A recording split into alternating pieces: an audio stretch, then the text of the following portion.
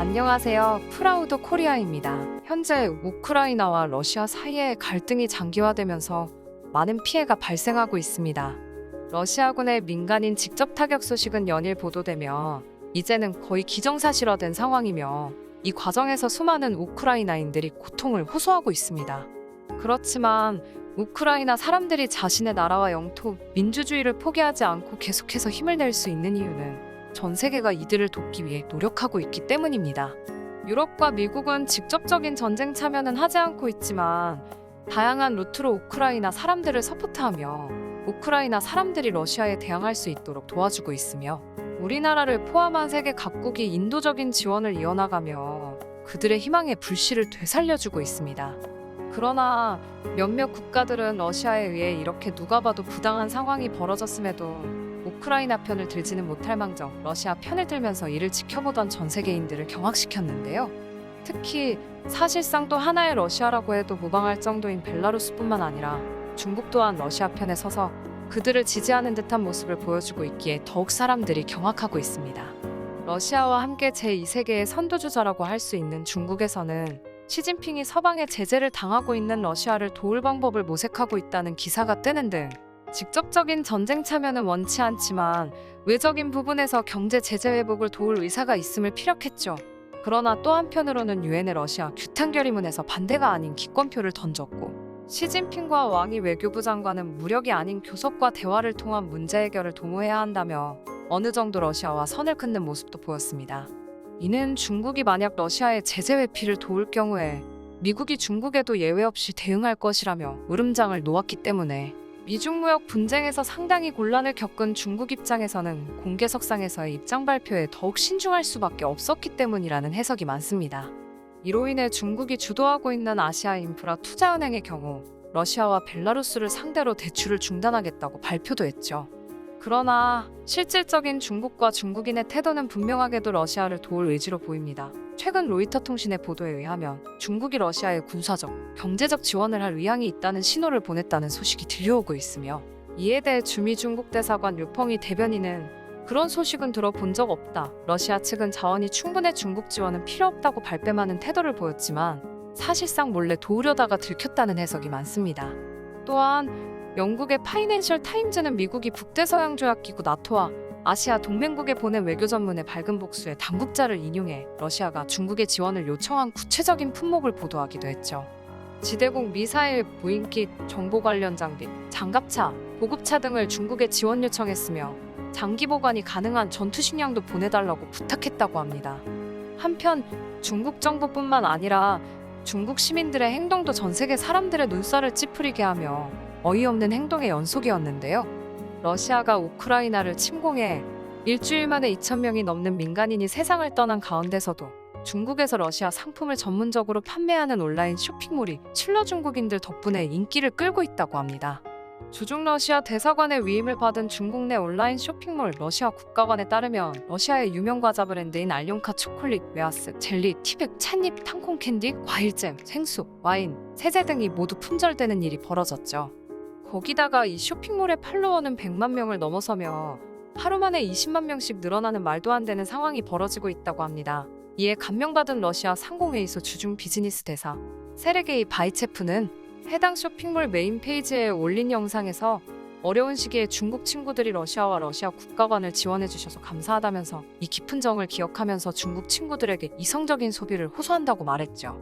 한편 이러한 중국 시민들의 행동으로 인해 우크라이나 내부에서는 반중 정서가 커지고 있다는 소식을 다들 한 번쯤은 들어보셨을 것 같습니다. 그래서 아직까지 우크라이나에 남아있는 중국인들은 자신들의 안전을 보장하기 위해서 중국 본토에 있는 시민들에게 우크라이나 사람들을 도발할 수 있는 행위들을 하지 말아달라고 호소하기도 했죠. 우크라이나 주재 중국 대사관은 침공 첫날인 지난달 24일 교민들에게 장거리 운전 시 중국 국기를 부착하라는 공지를 냈다가도 하루가 채 지나지 않아 신분을 알리는 표식을 드러내지 말라고 공지하는 등 우크라이나 내 반중 여론을 걱정하고 있는 상황입니다. 이로 인해서 우크라이나에 남아있는 중국인들은 중국인이라는 신분을 감춘 채 지내야 할 정도라고 하는데요. 실제로 중국의 관영 매체 CGTN은 최근 우크라이나 내 반중 감정이 악화되면서 자국민들이 중국인 신분을 감춘 채 지내야 한다고 보도했습니다. 중국인 유학생들은 시민들이 대피할 수 있는 대표적인 장소 중 하나인 지하철역에 출입이 금지당했고 어느 나라 사람이냐는 질문에는 한국인이라고 대답했다며 자신이 중국인이라고 함부로 말할 수 없는 상태라고 하죠. 한편 이렇게 전쟁이 지속되면서 우크라이나 내부가 굉장히 어수선하고 복잡한 상황에서 더욱 충격적인 사실까지 전해졌는데요. 우크라이나 국경에서 붙잡힌 중국인 남성 2인조가 신원미상의 신생아 2명을 루마니아로 인신매매하려다가 붙잡혔다고 합니다. 전쟁이 지속되면 당연스럽게도 전장에 나간 군인들이 가장 많은 피해를 보지만 남겨진 아이들과 여성들도 범죄의 피해자, 희생자가 되는 상황이 벌어지기에 굉장히 위험한 상황에 놓이게 됩니다. 그리고 이번 우크라이나 사태에서도 전장을 벗어나 해외로 피신하려는 난민들을 국경 근처에서 노리는 범죄가 증가하고 있는 상황이었죠. 지난달 14일 우크라이나 국경수비대에 따르면 이날 체르니우치주 포르분의 국경수비대가 루마니아로 아기 2명을 팔아넘기려던 중국인 남성 2명을 체포했다고 합니다. 중국인들은 아기를 안고 우크라이나 국경을 넘어서 루마니아로 가려고 시도했다고 하죠. 이때 국경수비대 직원들은 이 중국인 남성 2명이 데리고 있던 아기들에 대한 어떤 신분 증명서류도 가지고 있지 않다는 것을 발견해 저지했습니다. 이후 국경수비대 직원들이 이들의 신원과 과거 행적들을 조사한 결과 이 중국인 남성들은 몇 주 전 아기 없이 우크라이나에 도착한 사실이 밝혀졌습니다. 계속된 신문에서도 이들은 아기가 어디서 왔는지를 설명하지 못했죠. 따라서 현재 우크라이나 경찰들은 이들을 붙잡고 사건을 조사 중이라고 합니다. 아기들은 다행히도 우크라이나 정부에서 돌보고 있으며 현재 안전한 상태라고 전해졌죠. 이 사건을 접한 국내외 네티즌들은 중국인 남성 2인조가 겨우 몇 주 전에 우크라이나에 도착했다는 사실에 주목하면서 몇 주 전이라면 전쟁이 임박하거나 전쟁이 막 시작한 상황이었을 것인데 상식적으로 다른 목적으로 우크라이나에 입국했다는 것은 말이 안 된다며 우크라이나에 직접 입국했다는 것이 매우 계획적이었던 것 같다. 아이들을 납치하기 위해서 우크라이나에 입국한 것이고 이것이 지금에서야 밝혀진 것이라는 반응이 이어졌죠. 또한 자신들의 나라에서 하던 짓을 전쟁 중이어서 위험한 우크라이나까지 가서 하다니 정말 이해할 수가 없는 사람들이라는 반응도 있었습니다. 실제로 중국에서 발생하는 인신매매는 그 규모가 엄청나다고 합니다. 보통 현지에서는 시골에서 이런 일이 주로 발생하는데 보통 시골로 차를 몰고 가서 지나가다가 보이는 애를 차에 태운 다음 아지트로 돌아간다고 하죠. 장난같이 보이지만 이런 방식이 실제로 잘 통한다고 합니다.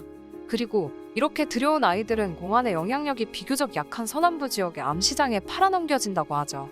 실제로 2009년에 중국 공안부가 발표한 자료에 따르면 이러한 사건이 무려 7,000건이나 해당 연도에 일어났었다고 합니다. 사건의 특성상 잘 밝혀지지 않은 사례도 많다고 생각하면 더욱 이런 일은 빈번하게 일어나는 것이죠. 거기다가 이런 일을 우리나라에서도 행하는 사건이 많다고 하니 이번 우크라이나 입국도 결국 계획적인 일이었다고 밖에 보여지지 않네요. 오늘은 이렇게 우크라이나 국경에서 잡힌 중국인 남성 2인조에 대한 이야기를 알아보았습니다. 정말 충격이 가시지가 않네요. 도와주지는 못할 망정 어린아이들을 대상으로 이런 일까지 벌이다니 말이죠. 어쨌든 그래도 이들이 국경에서 잡혔기에 다행이라고 생각되는데요. 여러분은 어떠신가요? 시청해주셔서 감사합니다. 구독과 좋아요, 그리고 알람 설정 부탁드립니다.